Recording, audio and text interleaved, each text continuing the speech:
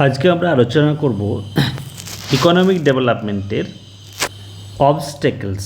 এর আগের ক্লাসে আমরা আলোচনা করেছি ইকোনমিক ডেভেলপমেন্টের বিভিন্ন ফ্যাক্টরস, সেগুলো নিয়ে। আজকে আলোচ্য বিষয় অবস্টেকলস। তো এই অবস্টেকলসগুলোকে আমরা দুরকমভাবে, ফ্যাক্টরের মতোই দুরকমভাবে ভাগ করব।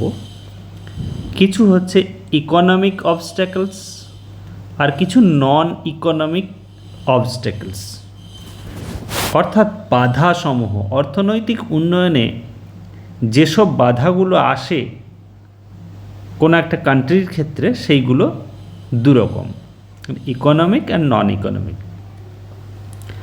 ইকোনমিক অবস্টেকলস এর মেজর বাধাগুলি হলো population pressure.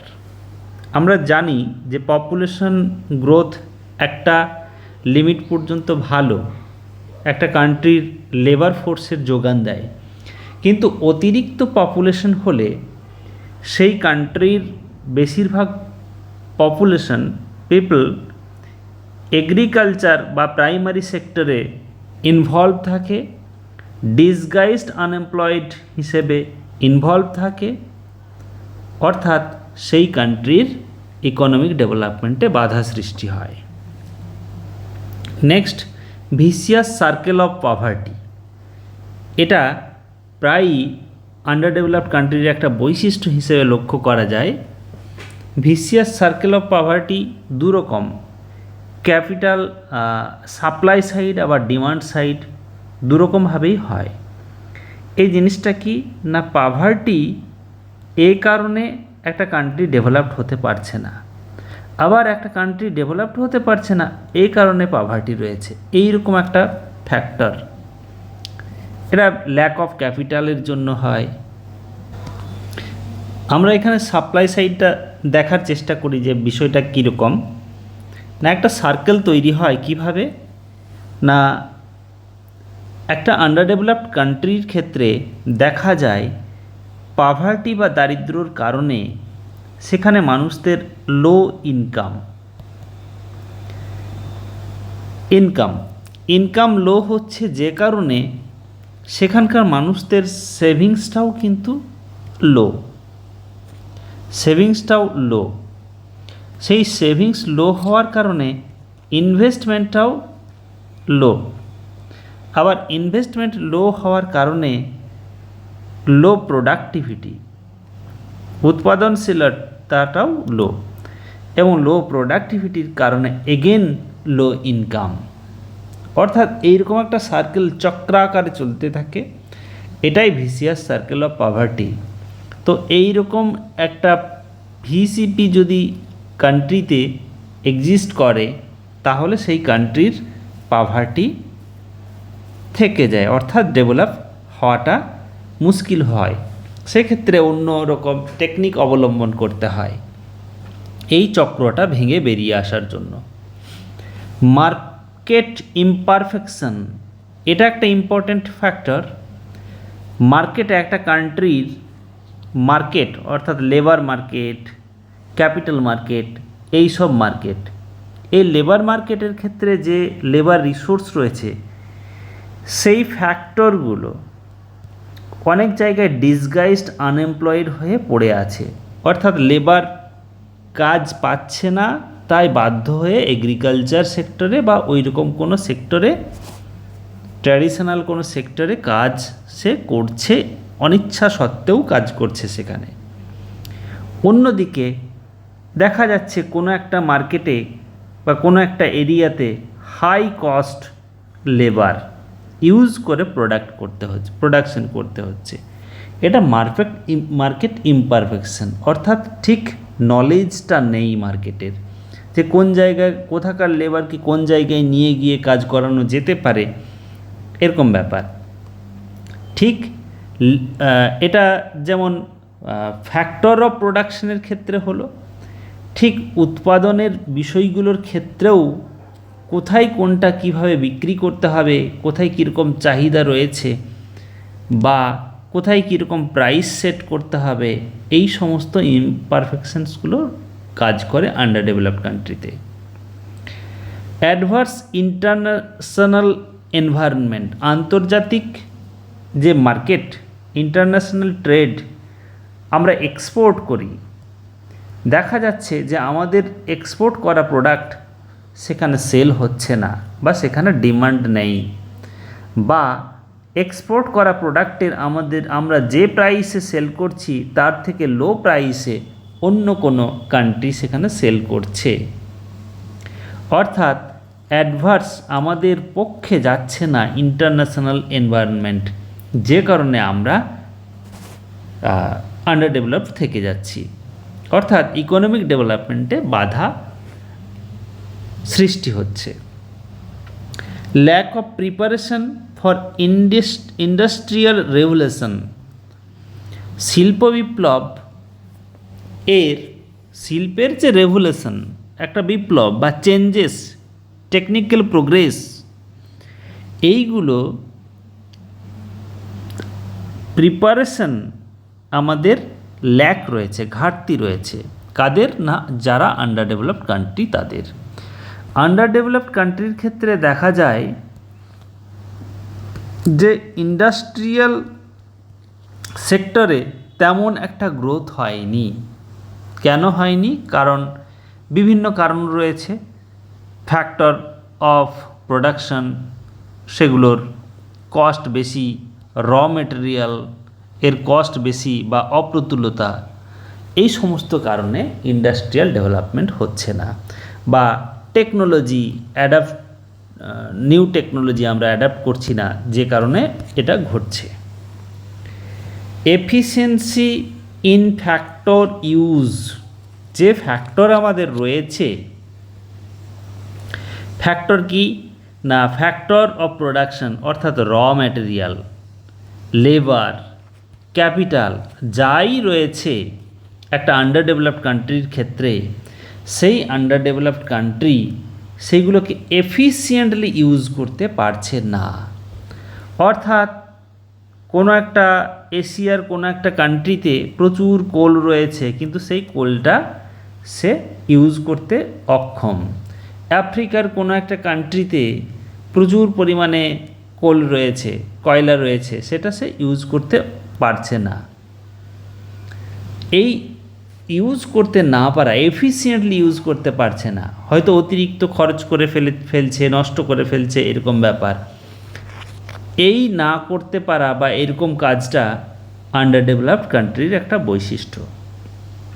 Difficulty in adapting western techniques, western technique অর্থাৎ মডার্ন যে সমস্ত টেকনিক, ওয়েস্টার্ন কালচার, টেকনোলজির বেসিসে, অর্থাৎ শিল্প বিপ্লবের পরে নতুন নতুন টেকনোলজি আবিষ্কার হয়েছে, সেইগুলো অ্যাডাপ্ট করা আমাদের পক্ষে ডিফিকাল্টি রয়েছে। অনেক কারণ রয়েছে। ইনিশিয়াল কস্ট ইজ হাই, অনেক পেটেন্ট রাইট বা এসব কারণে আমরা নিজেরা প্রোডাকশন করতে পারি না, এরকম ব্যাপার রয়েছে। একটা এক্সাম্পল দেওয়া যাক। ধরা যাক একটা ধান কাটার মেশিন, হারভেস্টার কাম থ্রেসার, তো সেই মেশিন আমাদের কান্ট্রিতে যখন আসছে, আমাদের এলাকাতে যখন আসছে, তার চেয়ে অনেক আগে কিন্তু সেগুলো আবিষ্কার হয়েছে, সেগুলো অ্যাপ্লাই করা অন্য ডেভেলপড কান্ট্রিতে চালু হয়ে গেছে আগেই। তার মানে আন্ডার ডেভেলপড কান্ট্রির অ্যাডাপ্টিং নিউ টেকনোলজি, এটা অনেক টাইম লাগছে, যে কারণে ইমিডিয়েট অ্যাডাপ্ট করতে পারছে না বা করছে না, যে কারণে তারা আন্ডার ডেভেলপড কান্ট্রি হিসেবেই থেকে যাচ্ছে। যতক্ষণে অ্যাডাপ্ট করছে ততক্ষণ আবার নতুন কোনো টেকনোলজি চলে এসেছে মার্কেটে। ব্যাকওয়াশ এফেক্ট, এই তত্ত্বের প্রবক্তা মিডালের মতে একটা আন্ডার ডেভেলপড কান্ট্রিতে দু রকমের সেক্টর একই সঙ্গে থাকে, একটা ট্র্যাডিশনাল সেক্টর আর একটা modern sector. Modern sector generally urban কেন্দ্রিক, শহর কেন্দ্রিক। ট্র্যাডিশনাল সেক্টর জেনারেলি ভিলেজ কেন্দ্রিক। ট্র্যাডিশনাল সেক্টরে মেনলি প্রাইমারি সেক্টর অর্থাৎ এগ্রিকালচারাল কাজকর্ম হয়। মডার্ন এখানে শিল্প ইন্ডাস্ট্রিয়াল কাজকর্ম হয়। এবার সমস্যাটা কি? সমস্যাটা হচ্ছে যে এই দুটি সেক্টর পাশাপাশি থাকছে এবং ট্র্যাডিশনালটা থাকছে ভিলেজ এলাকায় একটা এরিয়াতে, মডার্নটা থাকছে অন্য একটা এরিয়াতে, ফলে একটা ব্যাকওয়াশ এফেক্ট কাজ করছে। অর্থাৎ এইরকমভাবে দুটো সেক্টর পাশাপাশি কাজ করার জন্য, থাকার জন্য গ্রোথটা, ইন্ডাস্ট্রি সেক্টরের যে গ্রোথ সেটা অতটা হচ্ছে না। অনেক মানুষ ট্র্যাডিশনাল সেক্টরে ইনভলভ থাকছে, সে কারণে গ্রোথটা পিছিয়ে পড়ছে। এই রকম ঘটনা এই ব্যাকওয়াশ এফেক্টে ঘটে। এটা মিরডালের তত্ত্ব, এগুলো আমরা পরে ডিটেলসে আলোচনা করব। Lack of developed financial system. এক আন্ডার ডেভেলপড কান্ট্রিতে ওই মহাজন বা ওই রকম লোকাল মানি লেন্ডার্স তারা কি করছে না, তারা লোন দিচ্ছে, সেই লোন নিয়ে কৃষিকাজ করছে এবং উচ্চ রেট অফ ইন্টারেস্টে সেগুলোকে রিপে করছে। এটা আন্ডার ডেভেলপড ইকোনমির একটা বৈশিষ্ট্য।